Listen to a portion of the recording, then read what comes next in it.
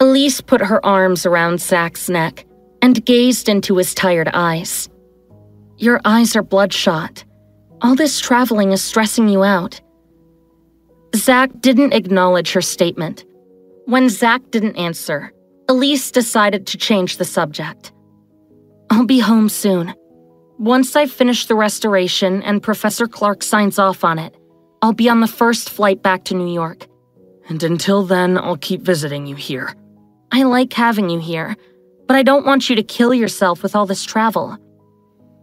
Zack stroked her hair. I don't want you by yourself out here. Next time, take a job closer to home, please. Elise snuggled into Zack's arms and went back to sleep.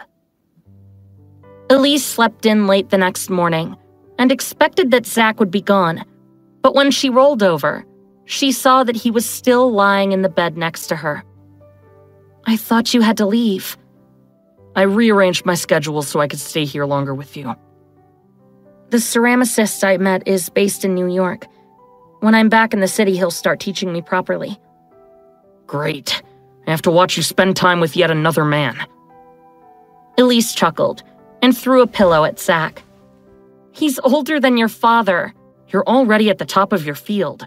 Why do you need to train with anyone? Elise turned to Zack with a determined glint in her eyes. It's not enough to be brilliant at one thing. I love painting, but I want to learn how to restore ceramics, bronze, everything. I want to be so talented and so successful that no one will look down on me ever again. Even your father will have to acknowledge that I am good enough. Zack threw a comforting arm around Elise's shoulder. Don't worry about my dad. He'll just have to get over it. Elise finished her restoration that day, and Professor Clark was extremely impressed with her work. He wired her an impressive sum of money in payment and thanked her for doing a brilliant job. Elise, Zack, and the bodyguards took a car to the airport in Cairo.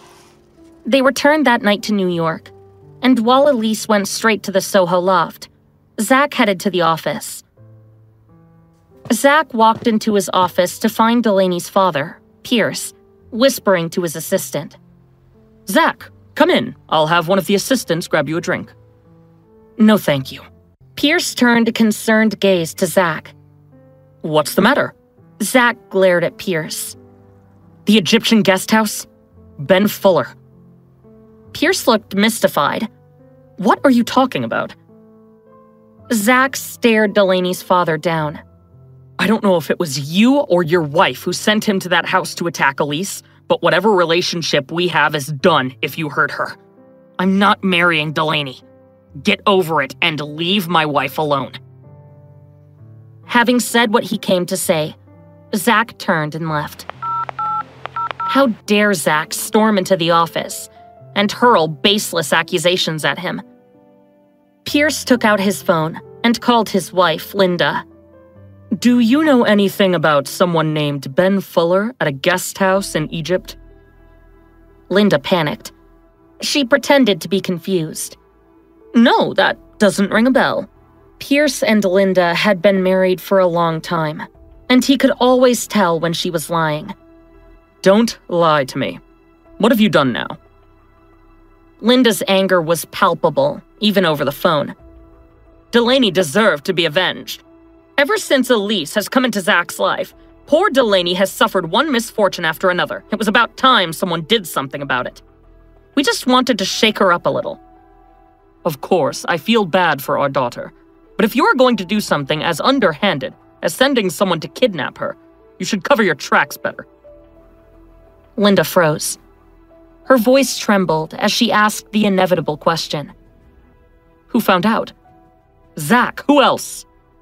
I don't understand. I did cover my tracks. I hired a professional. Obviously not a very good one, considering Zack found out about it and he's still married to Elise. Linda tried to comfort her husband. Everything will be fine. Zack's father would understand, and Zack himself can't do anything unless he has firm proof. We'll deny it, and it will all go away. 3 days later, Linda drove in a car by herself to an unassuming part of Sunnyside, Queens. She walked to an unassuming, fairly run-down building and made her way to apartment number 3.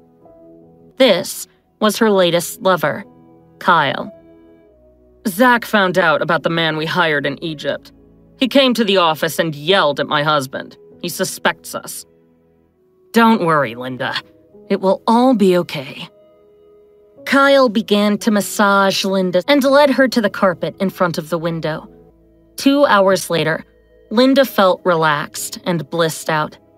After leaving the apartment, Linda didn't go directly home. She didn't want to deal with her husband. It was a beautiful, clear night in the city. Ideal for a drive. She drove past the Upper East Side, past the Bronx, past Yonkers. It was late at night, and there was hardly any traffic. Dilapidated van approached suddenly, seemingly out of nowhere, and merged in front of her without warning. Linda hoped she had hit the brakes in time, but braced herself for the worst. Hi, I'm Elise. Want to know my story? Then download the Pocket FM app and listen to the exciting episodes of After the Divorce. Now,